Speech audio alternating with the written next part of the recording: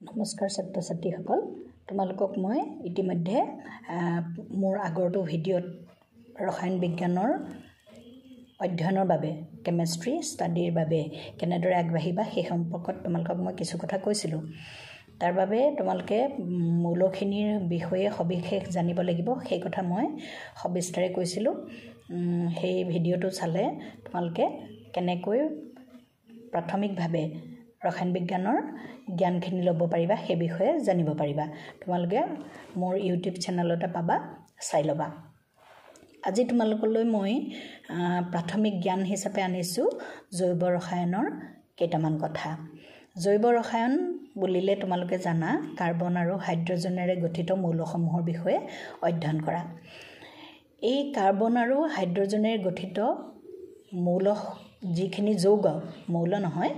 যৌগ সেই যৌগসমূহক আমি জৈৱ যৌগ বুলি কওঁ আমাৰ প্ৰকৃতিত জৈৱ যৌগই সৰ্বাধিক জৈৱ যৌগৰ সংখ্যা অসংখ্য হোৱাৰ বিভিন্ন কাৰণ আছে সেই কাৰণসমূহ মই পিছত তোমালোকক জনাম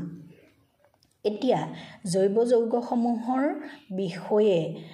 সেইবোৰৰ সংকেত সিহঁতৰ বিভিন্ন ভাগবোৰ যাক আমি কাৰ্যকৰীমূলক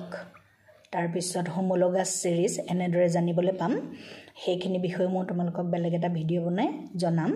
আজি মই তোমালোকক জনাম জৈৱ যৌগসমূহৰ আটাইতকৈ সৰলতম শ্ৰেণীটো যাক এলকেন বুলি কোৱা হয় এলকেনৰ বিভিন্ন ভাগবোৰ এলকেনৰ ভিতৰতে যৌগবোৰক কেনেদৰে আমি চিনি পাম সেই সম্বন্ধে তোমালোকক জনাম আমি যেতিয়া ৰসায়ন বিজ্ঞানৰ জৈৱ যৌগ অৰ্থাৎ জৈৱ ৰসায়ন ভাগৰ বিষয় অধ্যয়ন কৰোঁ তাত আমি বিভিন্ন প্ৰকাৰৰ ৰাসায়নিক বিক্ৰিয়াৰ বিষয়ে জানিব লাগিব প্ৰকৃতিত থকা জীৱসমূহ জৈৱ যৌগৰে গঠিত গতিকে জীৱ এটাৰ বিষয়ে ই প্ৰাণীয়ে হওক বা উদ্ভিদেই হওক তাৰ বিষয়ে সম্পূৰ্ণকৈ জানিবলৈ কেনেকৈ জীৱৰ শৰীৰটো জীৱৰ বিভিন্ন ধৰণৰ ক্ৰিয়াকৰ্ম এইবোৰ সংঘটিত হয় এই সকলোবোৰ জানিবৰ কাৰণে আমাৰ জৈৱ যৌগৰ অধ্যয়ন অতিশয় প্ৰয়োজনীয় হ'ব জৈৱ যৌগসমূহৰ মই ইতিমধ্যে উল্লেখ কৰিছোঁ সৰল ভাগটো এলকেনৰ বিষয়ে সেই এলকেনসমূহৰ বিক্ৰিয়াত গোটেই এলকেনটোৱে ভাগ ল'ব পাৰে আৰু এলকেনটোৱে ভাগ লওঁতে তাৰ বিভাজন ঘটোতে অৰ্থাৎ যিটো কাৰ্যকৰী অংশই ৰাসায়নিক বিক্ৰিয়াত ভাগ ল'ব সেই ভাগ লোৱা অংশটোক আমি এলকিল ৰেডিকেল হিচাপে চিহ্নিত কৰিম মই তোমালোকক আজি এলকিল ৰেডিকেলৰ সেই অংশটোৰ বিষয়ে জনাব বিচাৰিছোঁ মই দেখুৱাবলৈ যত্ন কৰিছোঁ এলকিল ৰেডিকেলসমূহক অসমীয়াত এলকিল মূলক বুলি জনা যায় আৰু তাৰ চিহ্নটো হৈছে কেপিটেল লেটাৰত আৰ এই এলকিল মৌলসমূহক আমি কেনেদৰে এলকিল ৰেডিকেলক এলকিল গ্ৰুপ বুলি কোৱা হয় আমি কেনেদৰে পাম অৰ্থাৎ সিহঁতৰ জেনেৰেশ্যন কেনেকৈ হয় চোৱাচোন এলকেনৰ আণৱিক সংকেত তোমালোকে জানা CnH2SN+2 CnH2SN+2 C হৈছে কাৰ্বন মৌল H হৈছে হাইড্ৰজেন মৌল যিহেতু জৈৱ যৌগৰ মৌল দুটা হ'ল কাৰ্বন আৰু হাইড্ৰজেন এলকেনৰ ক্ষেত্ৰত দেখা পাইছা এলকেনবোৰৰ সাধাৰণ আণৱিক সংকেতটো হৈছে আণৱিক ফৰ্মুলাটো হৈছে মানে মলিকুলাৰ ফৰ্মুলা আণৱিক সংকেত হৈছে CnH2SN+2 এতিয়া এলকেনৰ পৰা যদি এটা হাইড্ৰজেন আঁতৰাই নিয়া হয় মই সেইকাৰণে -H দেখুৱাইছোঁ এটা যদি হাইড্ৰজেন আঁতৰাই দিয়া হয় তেতিয়াহ'লে থাকিব CnH2SN+1 অংশটো সেই অংশটোৰ নামেই হ'ব এলকিল ৰেডিকেল অৰ এলকিল গ্ৰুপ তোমালোকে মন কৰাচোন এলকেন শব্দটোত যিকেইটা আখৰ আছে তাৰে ছাফিক্স হিচাপে ANE অংশটো আছে সেই ANE অংশটো হাইড্ৰজেন এটা আঁতৰি যোৱাৰ লগে লগে YL লৈ ৰূপান্তৰ ঘটিছে YL গতিকে এলকেনৰ পৰা হ'লগৈ এলকিল ৰেডিকেল অৰ গ্ৰুপ তাত এটা হাইড্ৰোজেন কম থাকিব উদাহৰণস্বৰূপে মিথেন যৌগটো লোৱা মিথেন CH4 সংকেতযুক্ত যৌগ মিথেনৰ পৰা যদি আমি এটা হাইড্ৰোজেন আঁতৰাই দিওঁ তেতিয়াহ'লে তাত থাকিব CH3 অংশটো আৰু সেই CH3 অংশটোৰ নাম হ'ল মিথাইল গ্ৰুপ মিথেনৰ পৰা কি পালা মিথাইল ধৰিব পাৰিছা মিথেনৰ পৰা মিথাইল ঠিক আছে তাৰ পিছত অন্য এটা উদাহৰণ লওঁ মই উদাহৰণ বিত দেখাইছো ইথেন যৌগটো CH3 এই CH3 যৌগটোৰ পৰা এটা যদি হাইড্ৰোজেন আঁতৰাই দিয়া হয় তেতিয়াহ'লে ৰল গৈ CH2 অংশটো এই CH2 অংশটো কি বুলি নাম দিয়া হৈছে ইথাইল গ্ৰুপ ETHANE আছিলে এতিয়া ANE অংশটো আঁতৰাই YL হ'ল তাৰ পিছত আমি অন্য এটা উদাহৰণ চাওঁ প্ৰপেন P আৰু PANE প্ৰপেন CH3 ইয়াত মই কাৰ্বন কেইটাৰ ওপৰত 1 ডিগ্ৰী আৰু 2 ডিগ্ৰী লিখিছো মন কৰা আমি এই বিষয়ে সবিশেষ পিছত শিকিম এতিয়া এটা কথাই মন কৰা যদি যৌগটোত কাৰ্বন মূলটোৱে অন্য মাত্ৰ এটা কাৰ্বনৰ লগত যুক্ত হৈ থাকে আৰু বাকি কেটা যোজ্যতাৰে বাকি কেটা বান্ধনেৰে তিনিটা হাইড্ৰোজেনৰ লগত সংযুক্ত হৈ থাকে তেতিয়া তাক 1 ডিগ্ৰী বা প্ৰাইমেৰী কাৰ্বন পৰমাণু বুলি কোৱা হয় প্ৰাইমেৰী কাৰ্বন এটম সেইদৰে যদি কাৰ্বন মূলটোৱে অন্য দুটা কাৰ্বনৰ সৈতে তাৰ দুটা যোজ্যতা সম্পূৰ্ণ কৰি ৰাখে তেতিয়া হলে তাক কোৱা হয় 2 ডিগ্ৰী অৰ্থাৎ সেকেন্ডাৰী কাৰ্বন এটম গতিকে প্ৰপেনৰ পৰা যেতিয়া আমি এটা এলকিল ৰেডিকেল গঠন কৰিম তেতিয়া তোমালকে ধৰিব পাৰিছাই যে প্ৰাইমেৰী বা সেকেন্ডাৰী যিকোনো এটা কাৰ্বনৰ পৰা হাইড্ৰোজেনটো আঁতৰাব পাৰিম আমি যদি প্ৰাইমেৰী হাইড্ৰোজেন এটা আঁতৰাই দিওঁ এইটো কাৰ্বনৰ পৰাও পাৰিবা অথবা এইটো পৰাও পাৰিবা দুইটাই যেহেতু প্ৰাইমেৰী কাৰ্বন যিকোনো এটা প্ৰাইমেৰী কাৰ্বনৰ পৰা যেতিয়া এটা হাইড্ৰোজেন এটম ৰিলিজ কৰি দিয়া হয় এৰি দিয়া হয় এলিমিনেট কৰা হয় তেতিয়া থাকি যোৱা অংশটো হ'বগৈ CH2 বান্ধনীডাল মুক্ত হৈছে এতিয়া যোৰ পৰা হাইড্ৰোজেনটো আঁতৰি গৈছে মই হেডালত বান্ধনীটো মুক্ত কৰি দেখাইছো তেতিয়া নামটো কি পাবা মই কি লিখিলো চাচোন অকল প্ৰপাইল ৰেডিকেল নিলিখি লগত N আখৰ এটা দিছো N টোৱে নৰমেল বুজায় N প্ৰপাইল ৰেডিকেল কেতিয়া হয় যেতিয়া যৌগটো মুক্ত শৃংখলযুক্ত হৈ থাকে অৰ্থাৎ আমি ইয়াতে এটা N আখৰ দিম স্মল লেটাৰ N মানে কি বুজি পালা নৰমেল কেতিয়া হয় যেতিয়া যৌগটো আমাৰ এটা নৰমেল কেতিয়া হয় যেতিয়া যৌগটোত কাৰ্বনসমূহ শৃংখল মুক্ত শৃংখলত থাকে মুক্ত শৃংখল মানে ষ্ট্ৰেইট চেইনত থাকে এটা দীঘল শিকলিত আবদ্ধ হৈ থাকে তাত কোনো ধৰণৰ চেইন নাথাকে গতিকে চেইন নাথাকিলে আমি চেইন নহয় মই ভুলকে কৈছো যদি ব্ৰাঞ্চ নাথাকে শাখা নাথাকে কাৰ্বনৰ শিকলিডালত চেইনডালত যদি কোনো শাখা নাথাকে শাখা কেতিয়া থাকিব শাখা থকা এটা যৌগ মই তোমালোকক দেখাইছো এইটোত এটা শাখা আছে মন কৰাচোন এইটো এটা শাখা এইডাল হল মূল শৃংখলডাল মেইন চেইন আৰু মেইন চেইনটোত এটা ব্ৰাঞ্চ আছে এটা শাখা আছে তেতিয়া ইয়াক আমি শাখা শৃংখলযুক্ত বুলি কম এতিয়া যদি ষ্ট্ৰেইট চেইন থাকে পোন শিকলিযুক্ত হয় তেতিয়া আমি যিকোনো এটা প্ৰাইমেৰী কাৰ্বনৰ পৰা যেতিয়া এটা হাইড্ৰোজেন এলিমিনেট কৰিম অপহৰণ কৰিম তেতিয়া যিটো ৰেডিকেল সৃষ্টি হ'ব তাক আমি N আখৰটোৰে লিখিম N প্ৰপাইল ৰেডিকেল যদি আমি সেকেন্ডাৰী কাৰ্বনটোৰ পৰা N প্ৰপেনৰ সেকেন্ডাৰী কাৰ্বনটোৰ পৰা হাইড্ৰোজেন এটা এলিমিনেট কৰো মই এটো দেখাইছো -2 ডিগ্ৰী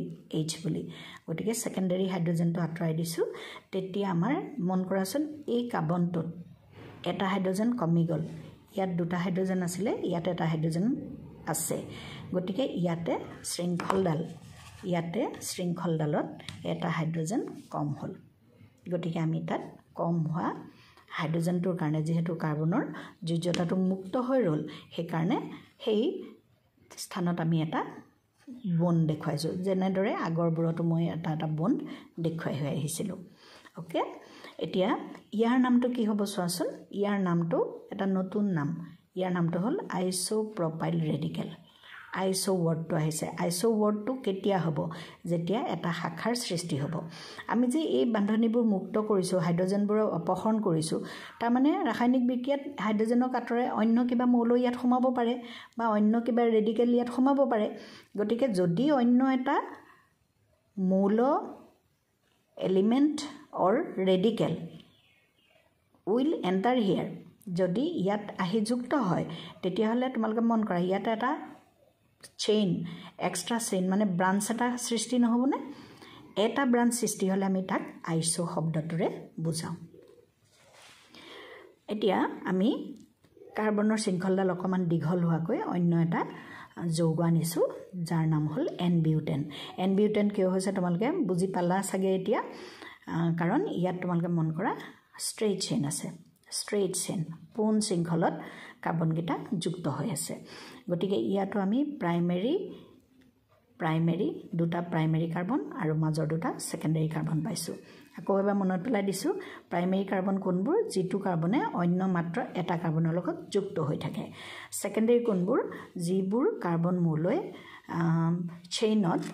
দুটা অন্য কাৰ্বনৰ লগত পোনপটীয়াকৈ সংযুক্ত হৈ থাকে ঠিক আছে এতিয়া আমি এই যৌগটোৰ পৰা তেতিয়া হলে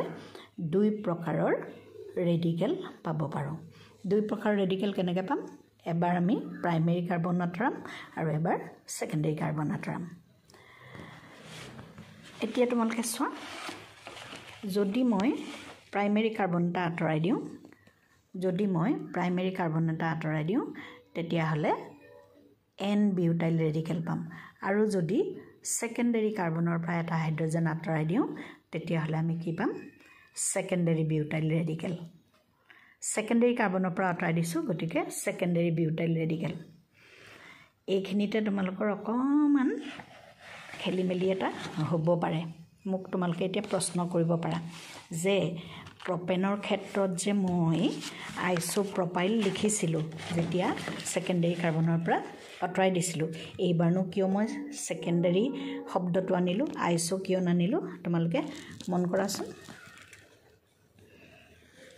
ইয়াত মই আইসো লিখিলো ইয়াত আকৌ মই সেকেন্ডাৰী হে লিখিলো কিয় হ'ব পাৰে চোৱাচোন এতিয়া আইসো প্ৰপাইলৰ কাৰণে এটা নিৰ্দিষ্ট বৈশিষ্ট্য নিৰ্ধাৰণ কৰা আছে কি চোৱা এই অংশটো যদি এনেকুৱা ধৰণেৰে এটা গ্ৰুপ বা ৰেডিকেল সৃষ্টি হয় তেতিয়া আমি তাক আইসো গ্ৰুপ বুলি কওঁ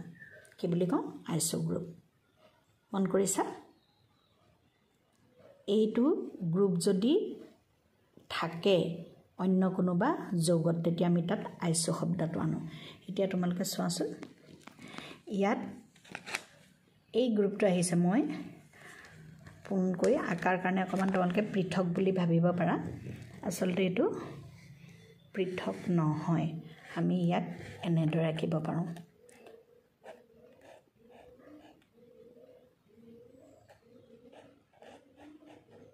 মন কৰিছা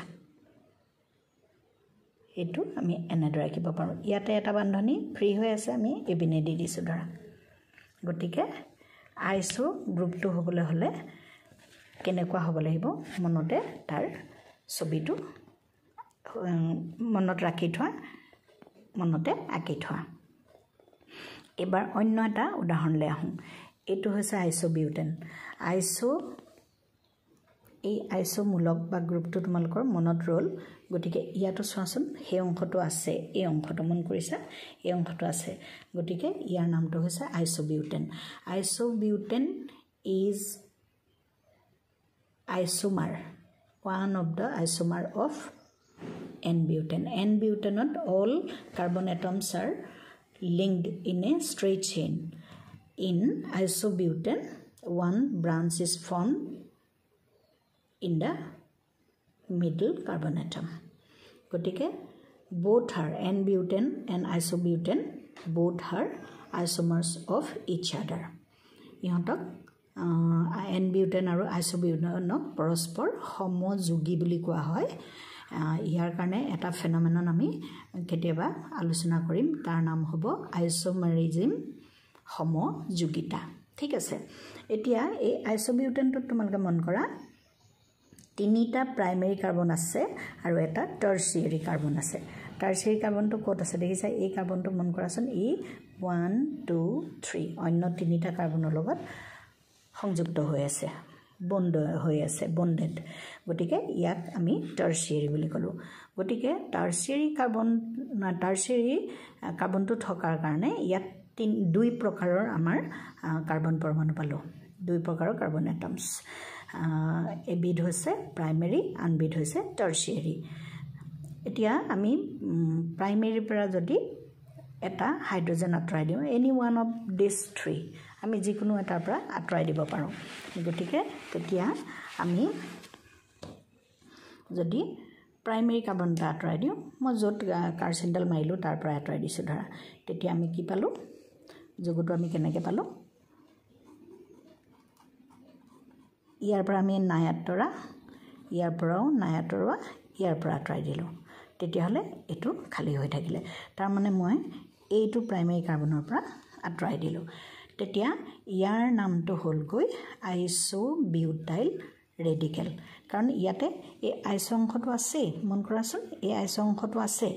হয়নে ইয়াত মই তলত লিখি থৈছোঁ এই আইসো অংশটো থকাৰ কাৰণে ইয়াৰ নাম হ'ল আইসোবিউটাইল ৰেডিকেল আনহাতে যদি আমি টাৰ্চিয়াৰী কাৰ্বনটোৰ পৰা হাইড্ৰোজেনটো আঁতৰাই দিওঁ তেতিয়াহ'লে আমি মাজৰ কাৰ্বনটোত থকা হাইড্ৰোজেনটো নাপাম তেতিয়া তাক কি কোৱা হ'ব টাৰ্চিয়াৰী বিউটাইল গ্ৰুপ আমি তাত স্মল লেটাৰ টি2 ইউজ কৰিব পাৰোঁ এতিয়া এই যৌগটো মই চমুকৈ দেখুৱাবলৈ হ'লে কেনেকৈ দেখুৱাম চাবা ইয়াতে তিনিটা CH3 মূলক যাক আমি মিথাইল মূলক বুলি কৈছিলোঁ মিথাইল গ্ৰুপ আছে গতিকে এটা কাৰ্বন তাত এটা বন্ড ফ্ৰী আছে আৰু তিনিটা মিথাইল গ্ৰুপ আছে আমি এনেদৰেও শৰ্টকৈ লিখিব পাৰোঁ আৰু কিতাপবোৰত সাধাৰণতে জানাই স্পেচ কমাবৰ কাৰণে আমাক শৰ্টকৈ দিয়ে গতিকে এনেকুৱা ধৰণে তোমালোকে যৌগবোৰৰ সংকেতবোৰ মনত ৰাখিব পাৰিবা আগলৈ এনেকুৱা ভিডিঅ' পাবৰ কাৰণে মোৰ চেনেলটো সাবস্ক্ৰাইব কৰিবা আৰু কিবা যদি নতুন কথা শিকিবলগীয়া থাকে তেতিয়াহ'লে তোমালোকে কমেণ্টত মোৰ কাৰণে প্ৰশ্নবোৰ থৈ যাবা মই যিমান দূৰ সম্ভৱ তোমালোকৰ কাৰণে নতুন নতুন ভিডিঅ' প্ৰস্তুত কৰিবলৈ চেষ্টা কৰিম ধন্যবাদ